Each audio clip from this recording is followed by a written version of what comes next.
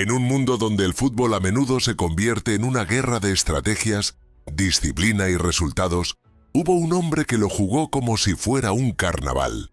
Con una sonrisa perpetua y un talento que desafiaba la lógica, Ronaldinho no solo fue un futbolista, fue un artista. En una época donde el fútbol empezaba a perder su inocencia, él nos recordó por qué nos enamoramos de este deporte. Esta es la historia de Ronaldinho Gaúcho. De Porto Alegre al cielo de París, de conquistar Barcelona al mundo entero. Nació el 21 de marzo de 1980 en Porto Alegre, Brasil. Su historia comienza en una casa modesta, en un barrio humilde, donde el fútbol no era solo una pasión, era una forma de vida. Su padre, Juan, era trabajador en un astillero y exfutbolista aficionado. Su madre, Miguelina, era enfermera, pero fue su hermano mayor, Roberto, quien marcaría un antes y un después en su vida. Roberto era una promesa del gremio y, cuando firmó su primer contrato profesional, el club les regaló una casa. Pero la felicidad fue breve. Juan murió de un infarto cuando Ronaldinho tenía apenas 8 años. Esa pérdida dejó una herida profunda, pero también una determinación feroz. Ronaldinho quería triunfar por él. Desde pequeño, Diño demostraba un talento fuera de lo normal. Su control del balón, su creatividad, sus regates imposibles. Todo comenzó en las canchas de fútbol sala, donde aprendió a jugar rápido, con espacio reducido y presión constante. Ahí se forjó ese estilo de malabarista que después maravilló al mundo. A los 13 años ya era considerado una joya en la cantera del gremio.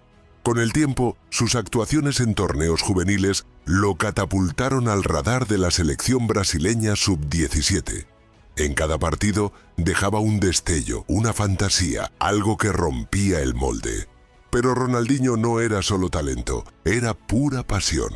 Jugaba como si bailara, como si cada toque fuera una nota musical. Esa forma de entender el fútbol lo diferenció desde el inicio, y aunque era joven, su destino ya parecía estar escrito en oro y samba. A finales de los 90, el nombre de Ronaldinho ya sonaba con fuerza en Brasil. Con apenas 18 años, debutó en el primer equipo del gremio, y desde su primer partido dejó claro que era especial. Dribles desconcertantes, goles de fantasía, asistencias con el tacón o de espaldas. Lo imposible, con él, era rutina. Su primer gran salto internacional llegó en 1999, cuando fue convocado a la selección absoluta de Brasil para disputar la Copa América. El mundo conoció a Ronaldinho en un partido contra Venezuela.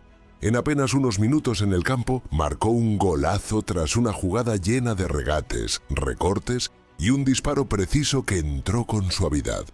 La narración brasileña lo bautizó como un gol de dibujos animados.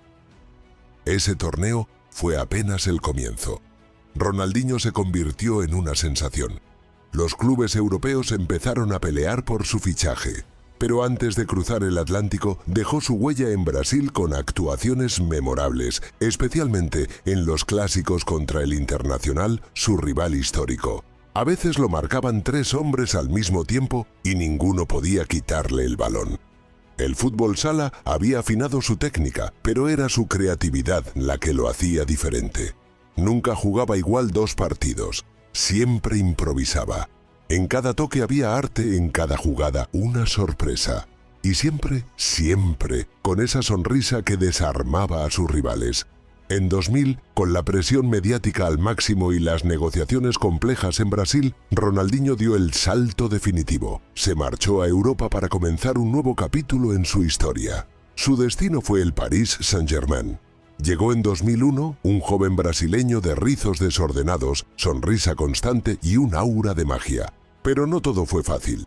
El fútbol europeo era más físico, más táctico. Y en el PSG, Ronaldinho se encontró con un entorno exigente y con un entrenador, Luis Fernández, que no terminaba de confiar en su estilo desenfadado. Aún así, cuando le daban minutos, el brasileño brillaba. Goles impresionantes, regates que desarmaban defensas enteras y una facilidad para hacer que el juego pareciera un espectáculo. Su gol de tiro libre al Marsella o sus cabalgadas desde media cancha comenzaron a hacer eco en toda Europa. Pero Ronaldinho también empezó a forjar una reputación fuera del campo. Fiestas, trasnoches, rumores constantes. Su vida privada era tan notoria como sus actuaciones. Aunque nunca dejó de brillar en el césped, su irregularidad en el PSG limitó su impacto general. Todo cambió en 2002. Brasil acudía al Mundial de Corea y Japón con una plantilla estelar. Ronaldo, Rivaldo, Cafú y Ronaldinho. Fue en ese torneo donde el mundo entero se rindió a sus pies. El gol contra Inglaterra en cuartos de final es parte de la historia. Una falta lejana, aparentemente centrada, terminó metiéndose por encima del portero Seaman. Un gol tan absurdo como genial. Brasil ganó el Mundial y Ronaldinho fue parte esencial del tridente mágico junto a Ronaldo y Rivaldo. Tras ese torneo, su cotización se disparó. Todos querían al mago brasileño, y fue el Fútbol Club Barcelona quien ganó la carrera por ficharlo. En 2003, Ronaldinho llegaba a un Barça en crisis deportiva e institucional. Pero lo que estaba por venir cambiaría para siempre la historia del club y del fútbol mundial. Ronaldinho aterrizó en Barcelona como la gran esperanza de un club en reconstrucción. Con la camiseta número 10 y una sonrisa que ya era su marca registrada, comenzó una era mágica. Desde su debut dejó claro que algo especial estaba sucediendo. En su primer clásico contra el Real Madrid, el Bernabéu terminó aplaudiéndolo. Una ovación histórica que pocos jugadores han recibido vistiendo la camiseta del eterno rival. En el Barça encontró el escenario perfecto para desplegar todo su repertorio. Junto a jugadores como Xavi, Iniesta, Deco y Samuel Eto'o, formó un equipo temible, alegre y ofensivo. Bajo la dirección de Frank Rijkaard, el conjunto catalán recuperó su identidad y con Ronaldinho como líder volvió a soñar en grande. Ganó 2 ligas consecutivas, 2004-5 y 2005-6. Y lo más importante, la Champions League en 2006, la segunda en la historia del club. Su gol ante Chelsea, su inolvidable actuación ante el Milan, sus constantes exhibiciones de fantasía. Ronaldinho no solo ganaba partidos, los convertía en espectáculos. Su estilo era inconfundible: sombreros, bicicletas, elásticos, pases sin mirar, tacos, rabonas. Jugaba como si aún estuviera en una cancha de barrio. Y eso en medio de la élite del fútbol europeo era un milagro. Durante esos años, Ronaldinho fue el mejor jugador del planeta. Ganó el Balón de Oro en 2005 y fue elegido 2 veces el jugador del año por la FIFA. Pero más allá de los títulos y los premios, lo que más recordamos es lo que nos hizo sentir. Verlo jugar era una fiesta. Inspiró a una generación entera de futbolistas, incluido un joven Lionel Messi, quien siempre lo señaló como su mentor. Ronaldinho le dio su primera asistencia como profesional, y cuando Messi marcó su primer gol, fue Ronaldinho quien lo abrazó como un hermano mayor.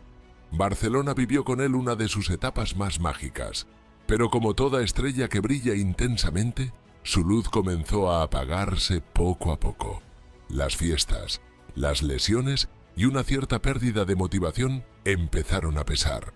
Y en 2008, después de 5 temporadas inolvidables, Ronaldinho dejó el Barça. Pero su legado ya estaba escrito con letras doradas. Lo que había logrado en el Camp Nou trascendía el fútbol. Ronaldinho no solo devolvió la grandeza al Barça, devolvió la ilusión a millones de aficionados en todo el mundo. En 2008, Ronaldinho fichó por el AC Milan. Llegaba a un equipo legendario, rodeado de figuras como Kaká, Pirlo, Seedorf y Maldini. Aunque su estado físico ya no era el mismo y su chispa comenzaba a apagarse, el brasileño seguía dejando momentos mágicos. En Italia mostró destellos de su genio, goles espectaculares, pases precisos, regates que aún levantaban a los aficionados de sus asientos. Durante la temporada 2009-10 fue el máximo asistente de la Serie A. Pero su compromiso seguía siendo irregular. Por cada partido brillante había otros en los que apenas se le notaba. En 2011 regresó a Brasil, al Flamengo, donde fue recibido como un héroe. Volvió a sonreír en el campo, volvió a bailar. En su etapa con el Mengão dejó golazos y asistencias que recordaban al mejor Ronaldinho. Sin embargo, nuevamente los problemas extradeportivos y desacuerdos contractuales truncaron su continuidad. Poco después, se marchó al Atlético Mineiro y ahí vivió su última gran resurrección. Convirtió al equipo en campeón de la Copa Libertadores en 2013, el primer título continental del club. Ronaldinho fue el alma del equipo. Jugaba con experiencia, con inteligencia, pero sin perder la magia. Tras su paso por el Atlético, jugó brevemente en el Querétaro de México y terminó su carrera en el Fluminense. Aunque ya no era el de antes, cada vez que tocaba la pelota, el público esperaba algo especial. Se retiró oficialmente en 2018.